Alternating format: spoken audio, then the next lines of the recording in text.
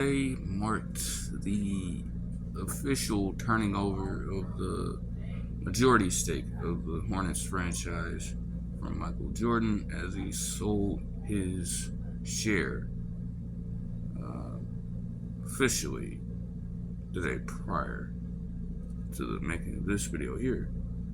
Um, Honestly, the writing was on the wall. To be honest, in fact, it should have been done.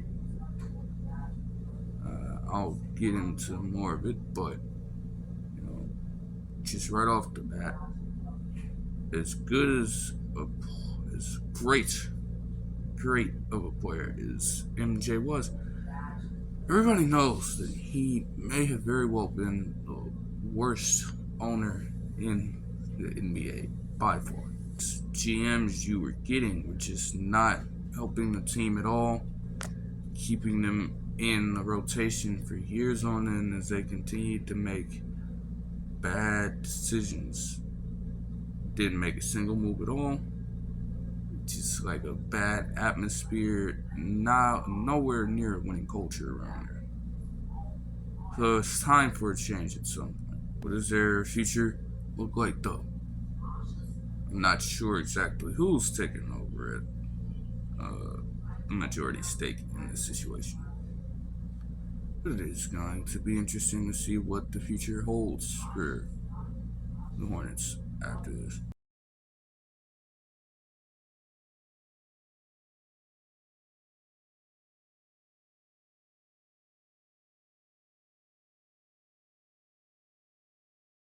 Now, the Hornets, but you have to understand this move, you just have to give it some time. The Hornets are not going to become the greatest team in basketball immediately after this move. They're not going to even become remotely good yet. It needs work. The Hornets need a lot of work. Change has to occur in many areas, not just the ownership, not just the other staff. They really need to be taking a look at that overall roster. Players like Terry Rozier and Kelly Oubre and Gordon Hayward, they should not find themselves on this team for much longer, at least. If they want to wait until the trade deadline, okay, because maybe you get a bit more action there. Because free agency, it's still going on, but there's not a lot of inquiries going on right now. It's kind of quiet. So if they want to wait, cool. But that change has to. There's a lot more of it that needs to go down very swiftly and efficiently too. Because with Jordan under the helm, it seemed like he was just very stubborn to move on from certain people when he realized that, hey, everything these people were doing was just very detrimental to the success or lack thereof of the team. They weren't going anywhere. But he just decided to keep on pushing through with them. And you've seen it year in, year out with the Hornets and what they have been up to. It's just consistently one of the worst teams in the league. These owners coming in, I'm not sure who they are, but if the Hornets want to get any better, yes, you have to first get better talent on the court and a better team, better chemistry, etc., etc., and just get your players to delve more into roles of good leadership as well. Because, for the Hornets being so young, that is kind of an issue. They have a voice in the locker room that can help them rally towards success. That is very beneficial for a team like this.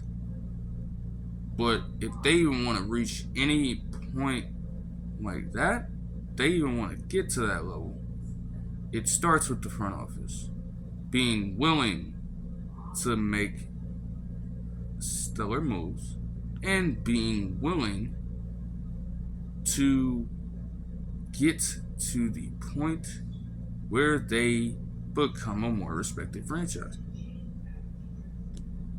Get the right people in play, get the right people on your staff under your supervision that are actually committed to a winning culture. Because if you aren't committed to one, no matter how much you want to do all that it is an owner typically does in the league, or you want to get yourself that exposure by just saying, oh, I just bought the majority stake in the Hornets and now I'm just going to own it. But if you're not going to actually have substance in your tenure as a Hornets owner, you don't actually commit yourself to trying to forge a better roster, a better staff, a better overall organization, you're just going to end up in the same spot. What did you end up changing the guard for and taking the torch from MJ, proverbially speaking, if you're just going to end up in the same place every year? That can't happen. So they need to come in and they need to actually be committed to winning. You have to figure out a way to get some of these bad contracts off your team too. You know? Like, nobody wants to come to the Hornets anyway. Let's get that clear. They're not a huge market anyways, and two, they don't even win. So who would want to go there exactly? But it also gets harder for you to make moves when you have these contracts from players that I mentioned earlier just eating up all of your space in your cap room. You can really make the moves you want at all. And the thing about these guys too, like, they don't really fit in the timeline. They are veterans, but they aren't serviceable enough to the point where you can rely on them to actually help a young team go through their development and get them to a point where, hey, they can actually hold their own in a league that continues to get more talented and they can actually become legitimate playoff contenders. Those specific players are not going to do that for you. Terry Rozier, yes, he had that playoff run with the Celtics, but he wasn't the main guy there at all. The Hornets got him thinking he would be that for them, and it hasn't gone that way to this point. It surely won't. As old as he is now, he is what he is at this point. And honestly, for another team, he can be a very reliable piece, but not as one of the top 3 options on the team. And they paid him money like he was such. And they've utilized him as such. And it has not worked to this point at all. It just hasn't worked. Like, you've got to move on from that. Put a ton on the owners if they don't, like, you just, again, like, they get a grace period. They're taking over essentially one of the worst teams in the league. They need a bit to actually learn a bit about the team they're taking over before they can truly get into that element. But again, it's a good start if they can actually come in with a mindset of, hey, we're gonna make this team better eventually. It may not be able to happen immediately because they don't necessarily have a full scope. What the hell's going on in Charlotte? They don't have any idea what's going on. They're despair with this new ownership. Let them get accustomed to all the players that are there. Let them learn the different tells in their own type of structure when it comes to how they allocate their money and things like that. Let them learn the system. Let them learn the league as a whole, honestly. They probably don't even know how the league is going. They probably don't know enough about the league to this point. You can't expect every owner that gets into being able and being given an opportunity to watch over a sports team to necessarily know a lot about said sport just yet. That is almost never, it's not always the case. That is rarely the case at all. So they need time to learn. It's really simple. For the Hornets under this new ownership, whatever their first move is going to be, that's going to be the tone setter. That's what people have to look out for. If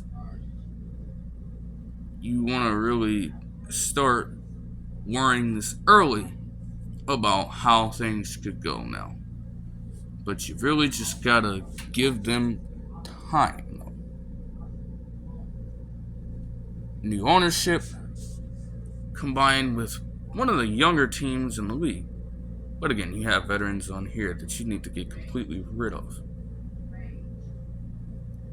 That's just really what it's going to take here. Getting fired? I mean, honestly, to this point, Jordan is living. He's done everything he's needed to do. He's set. He's set for life.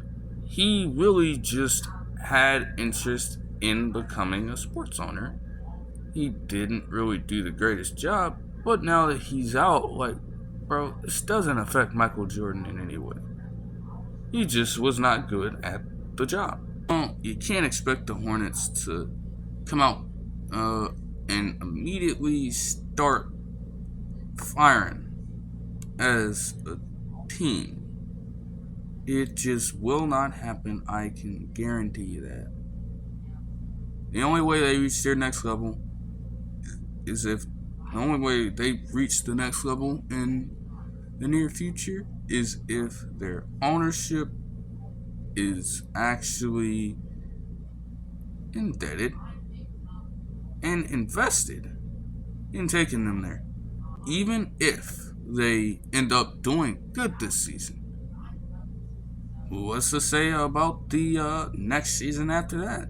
They're just going to be in the same loop of inconsistency they've been in for the past few years. It's another Kemba Walker days, to be completely honest. They gave Kemba Walker all that money after a while as he ended up performing pretty well there, but they just would not go anywhere with him, and they let him go, just like that.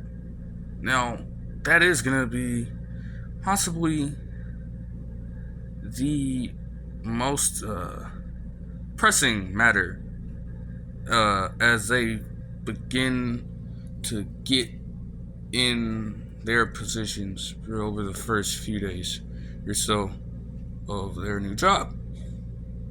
LaMelo Ball getting his contract extension as another young point guard who's been playing somewhat fine for the Hornets for a little bit. And that just is, that's going to be something to watch also. Just one last remnant of the Jordan era of ownership. Along with the Hayward contract, along with the Rozier contract, they're just going to have to deal with a lot of shit early on that is carried over from this motherfucker. So, again, you just have to let it happen at this point. The growing pains are going to be there. But, again, as long as they come in, and as long as they're ready to go, make Charlotte actually marketable watchable. Motherfuckers are not gonna bear to watch this team for a long time if they are gonna continue to play like this. But if they can, well, them get to that point. And again, if Alfred, they are coming in with the mindset to be that type of an organization, they'll get there eventually. That'll do it for this one. I hope you guys enjoyed, and I'll see you guys in the next one. Peace.